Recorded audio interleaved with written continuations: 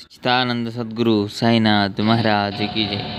శ్రీ సాయి సచరిత 418వ పేజీలోని 87వ నుంచి ఈరోజు చదువుతున్నాం. అల్లా మాలిక్, అల్లా మాలిక్ బహుత్ దేగా, అల్లా తుమారా అచ్చా కరేగా, అల్లా మీకు చాలా ఇస్తాడు, మీకు శుభం కలగజేస్తాడు అని అన్నారు. ఆ ఆశీర్వచనాలే వారికి మార్గంలో అహర్నిశలు ఉపయోగపడ్డాయి. సాయి యొక్క ఆశీర్వాదంతో సాయిబాబాను మనసులో ధ్యానించుకోవడం వలన ప్రయాణంలో వారికి పగలు రాత్రి కలలోనైనా కాసింత ఇబ్బంది కలగలేదు. బాబా ఆశీర్వాద ఫలితంగా వారి యాత్ర ఏ లోటు లేక సుఖంగా సాగి వారు ఏ బాధలో పడకుండా ఇంటికి చేరుకున్నారు. వారు సంకల్పించిన యాత్రలే కాక అనేక ఇతర యాత్రలు కూడా చేశారు. అందరికీ అనుపమానమైన ఆనందం కలిగింది. సాయిబాబా యొక్క వచనాలలోని అమోఘమైన శక్తిని వర్ణించారు. అంతేకాదు, అల్లా అచ్చకరిగా, అల్లా మంచి చేస్తాడు అన్న సాయి సత్పురుషుని ఆశీర్వచనమ అక్షర సత్యమై వారి మనోభీష్టం నెరవేరింది. ఈ విధంగా తీర్థయాత్రలకు బయలుదేరిన మద్రాసు బృందం సదాచార సంపన్నులు, సాత్వికులుగా మారి భగవద్భక్తులైనారు. వారిని బాబా విముక్తులను చేశారు. ఇటువంటి మరొక రసభరితమైన కథను చెబుతాను, వినండి. శ్రద్ధగా భక్తిభావంతో శ్రవణం చేస్తే శ్రోతలకు ఆశ్చర్యం కలుగుతుంది. పరమదయాలు భక్తులకు కల్పవృక్షమైన సాయిబాబా ప్రేమతో ఏ విధంగా భక్తుల కోరికలను ఎల్లప్పుడూ తీరుస్తారో వినండి. ఠానా జిల్లాలోని బాంద్రా పట్టణంలో ఉన్న రఘునాథరావు టెండూల్కర్ అను ఒక భక్తశ్రేష్ఠుడు, ధీరుడు, నిశిత బుద్ధి గల పండితుడు, ఎప్పుడూ ఆనందంగా ఉండే గొప్ప ప్రేమ గలవాడు. సాయిబాబా చరణకమలాల వద్ద లభించే జ్ఞానమకరందాన్ని ఆస్వాదించాలన్న అభిలాషతో వారి పాదాల వద్ద చేరాడు. సాయి నామాన్ని అఖండంగా జపించేవాడు. అతడు సాయి లీలలను భజనమాల అను పుస్తకంలో వర్ణించాడు. వారిని భక్తితో పఠించిన వారికి అడుగడుగున సాయియే కనిపిస్తారు.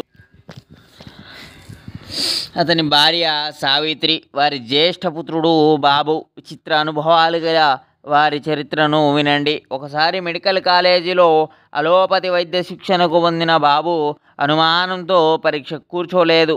అతడు అహర్నిశలు బాగా అధ్యయనం చేశాడు. అయినా తాను పాస్ అవుతానా అని జ్యోతిష్యుని ప్రశ్నించాడు.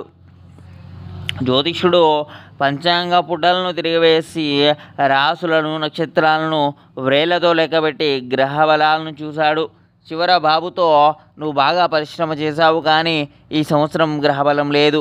వచ్చే ఏడు నీకు శుభప్రదం, నీవు నిస్సందేహంగా పరీక్ష పాస్ అవుతావు అని చెప్పాడు.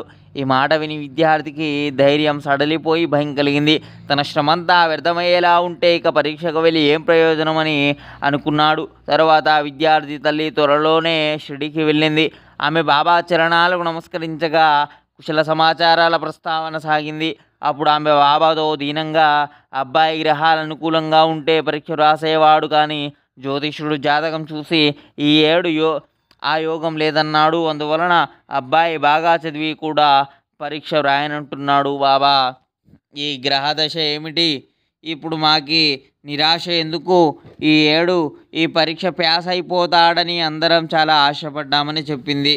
ఆమె మాటలను విని బాబా జాతక పత్రికలను చుట్టి స్వస్థ చిత్తంతో ధైర్యంగా పరీక్షకు వెళ్ళమని, నా మాట వినమని బాబుకు చెప్పు. ఎవరి సలహాలను పాటించవద్దు, జాతకాన్ని చూడవద్దు, జ్యోతిష్యుని మాటను విశ్వసించవద్దు, చక్కగా చదువుకోమని చెప్పు.